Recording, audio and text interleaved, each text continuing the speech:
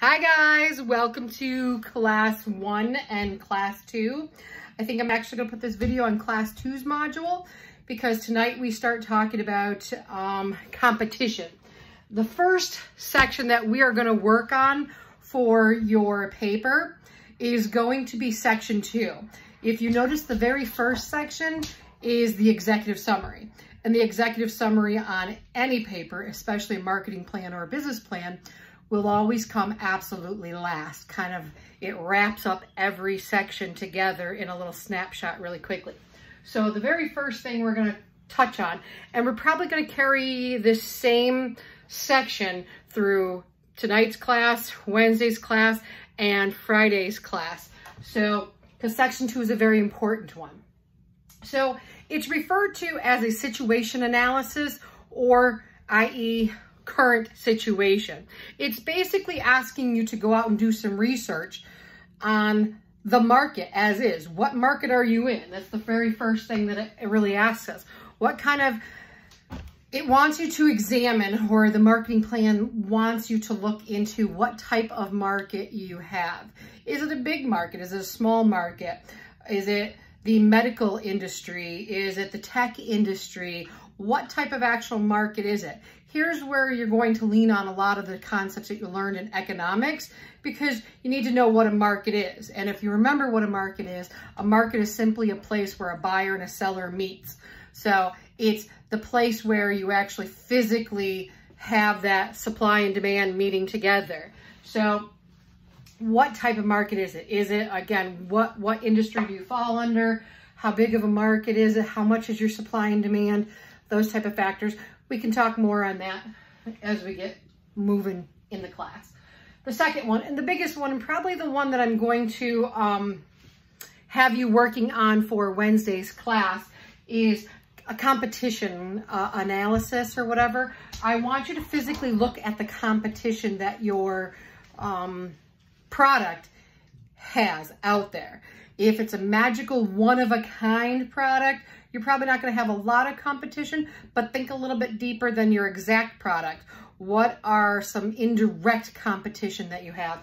Direct competitors. Again, if you chose like a weight loss pill, there's a lot of competition out there.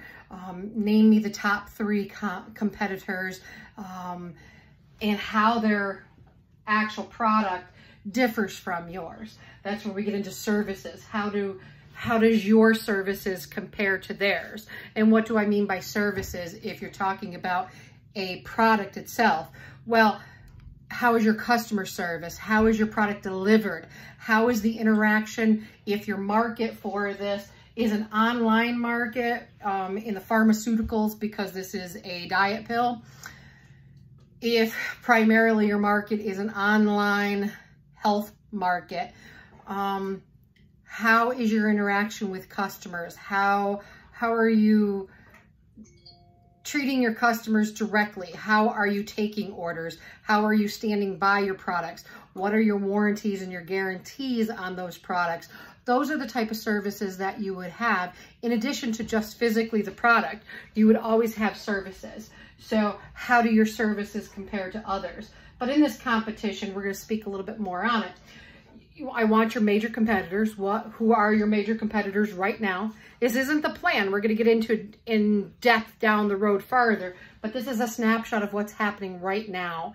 So what are your major competitors, or who are your major competitors? You don't have to list 30, 40 of them. If you have 2 or 3 top competitors, just explain them. I want you to do a little bit of research on them, and tell me how long they've been in business, how their product and their services compare to yours. Direct competitors, again, those are people that I'm going head to toe with. That would be like McDonald's and Burger King are very direct. Maybe more of an indirect would be like a sit-down restaurant and their burger sales on McDonald's. So I want you to look at the market. I want you to look at the competition for your product and your services. Distribution channels, we have a whole section on that. So here I'm simply looking at when you're getting started with this and when you're marketing it right now.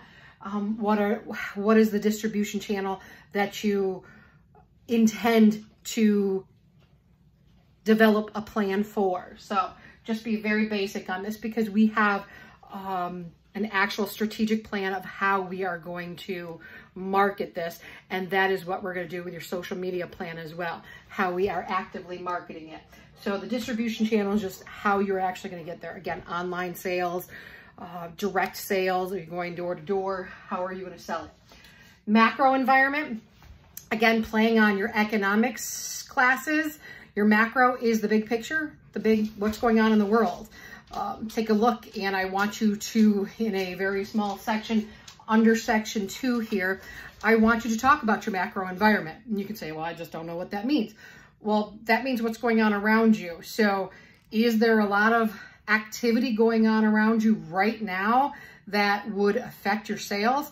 And I can't imagine that one of you would say no. We are in the heart and soul of a pandemic right now, which has deeply affected our supply and demand. It's also deeply affected our markets. Half the markets are shut down, especially the brick and mortar markets right now. Online, you probably do a little bit better because obviously those haven't been affected as much, but they still have been affected deeply because you contemplate we've had the highest unemployment in a very long time, so people can't necessarily purchase your product as easily as they used to be able to do. So all those play a role. This is election year, that plays a role. That's macro environment. Again, what's going on around us right now. Lots of riots, lots of crime, lots of bad things happening. So there's a lot of things that might play into your macro environment. So please make sure you list this section because there's a lot of them. Again, do some basic research on this, but always ask questions. Macro just means what's going on around you in the big picture, not necessarily our particular business or our particular town, but on the state level and even on the federal level. And then you're going to do historical results. And what I mean by that is, obviously, if you're just starting marketing your particular pill or your particular drug, you won't have historical results for yourself. But of course, as you know, you would have to test them before you put them to market. So we're going to create some fictitious data here for the FDA or whatever. If you're giving something orally, you are going to have some sort of studies or actual FDA approval and things like that. It's not just that, it's also historical data might be how well does, again, if you're talking about diet pills and things like that, you might be how historically well has diet pills from your major competitors worked. You might give their historic data to support the success of your particular product. And finally, I'm not going to go too in-depth with the SWOT analysis, but in this section, you would also have a SWOT analysis because a SWOT analysis is going to support where you are right now and how you see yourself in the future. Remember, SWOT is,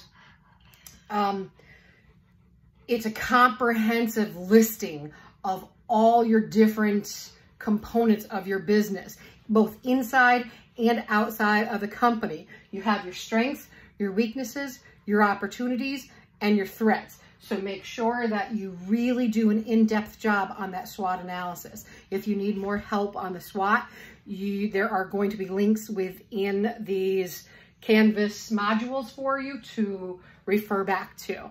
But SWOT is something that we work on with a lot of different classes, so I'm not going to spend too much time on this class with it. If you need assistance, let me know. But that is your section 2. So there's 6 sections. This is your section 2 in your paper. It's called a situation analysis or a current situation. And these are the major components of that. So that's all for now. Bye, guys.